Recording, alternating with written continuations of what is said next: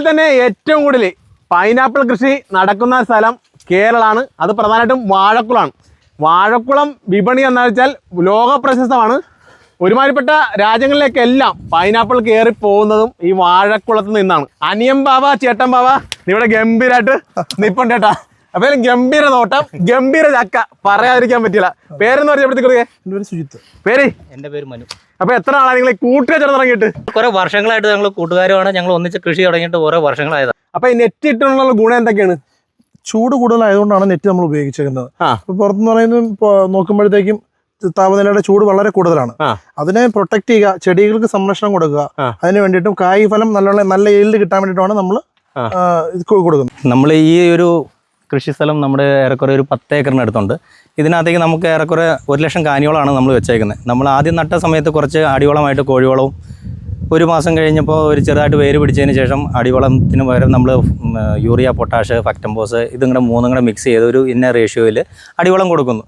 അതിനുശേഷം നമ്മൾ ഫോളിയാർ വളങ്ങളാണ് കൂടുതലും ചിലവ് ചുരുക്കലിൻ്റെ ഭാഗമായിട്ടും ഈ മഴയുടെയും വെള്ളത്തിൻ്റെ എല്ലാത്തിൻ്റെയും. അപ്പോൾ ഫോളിയാർ വളം കാണുമ്പോൾ കലക്കി വെള്ളത്തിൽ അടിച്ചു കൊടുത്തു കഴിഞ്ഞാൽ വളരെ പ്രയോജനപ്പെടും. ചെടികൾക്ക് പെട്ടെന്ന് വലിച്ചെടുക്കാൻ സാധിക്കും.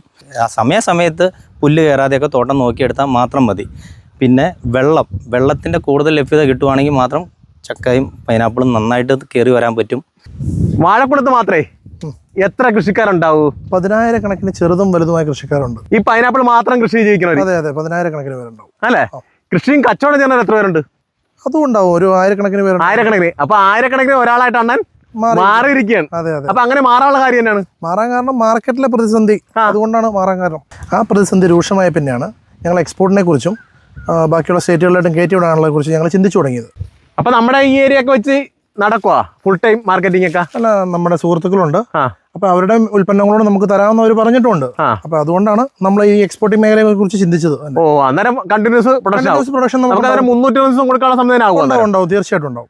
നമ്മുടെ 1-2 സ്റ്റാർട്ടിങ്ങിൽ വളരെ മോശമായിരുന്നു. അപ്പോൾ നമ്മൾ മനസ്സ് മടുത്തു, സത്യമായിട്ടും മനസ്സ് മടുത്തു. പിന്നീടാണ് നമ്മൾ ഇതിനകത്തേക്ക് പിന്നെയും ഹാർഡ് വർക്ക് ചെയ്തതിന് ശേഷമാണ് ഈ ഒരു ലെവലിലേക്ക് എത്താൻ പറ്റിയത്.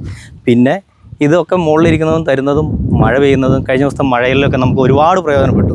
എത്ര രൂപയുടെ വെള്ളം അടിച്ച് കയറ്റിയാണ് നമ്മൾ നനച്ചുകൊണ്ടിരിക്കണമെന്ന് അറിയും. അതുപോലെ കഷ്ടപ്പാടും കഠിനാധ്വാനങ്ങളും ചെയ്ത് കഴിഞ്ഞാൽ നമ്മളിതെല്ലാം ഓക്കെ ആവും. സത്യത്തിലുണ്ടല്ലോ, നമ്മൾ എല്ലാവരുടെയും ഒരു അറിവില്ലായ്മയാണ് പൈനാപ്പിളിന് ഭയങ്കരമായിട്ട് വിഷങ്ങൾ അടിച്ചു കൊടുക്കുന്നു എന്നാൽ മാത്രമാണ് ചക്ക വലുതാവുള്ളൂ. അങ്ങനെയുള്ള ഒരു മനസ്സിന് ആൾക്കാർ ഒരു ചിന്തകളുണ്ട്. ഫ്രൂട്ടൊക്കെ വെച്ച് നോക്കുമ്പോൾ ഒന്നുമില്ല നമ്മൾ അടിപൊളി. പിന്നെ തീർച്ചയായും കാരണം നമ്മൾ ഇത് തന്നെയല്ലേ കഴിക്കുന്നത്, നമുക്ക് കഴിക്കാമല്ലോ.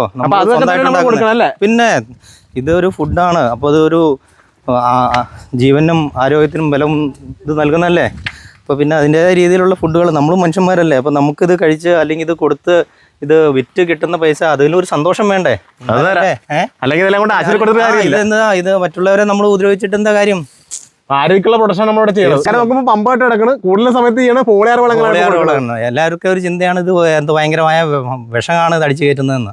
ഈ കുളത്തിൽ ഏറെക്കുറെ ഒരു 10-20,000 ലിറ്റർ വെള്ളത്തിനടുത്ത് ഉണ്ടാവും.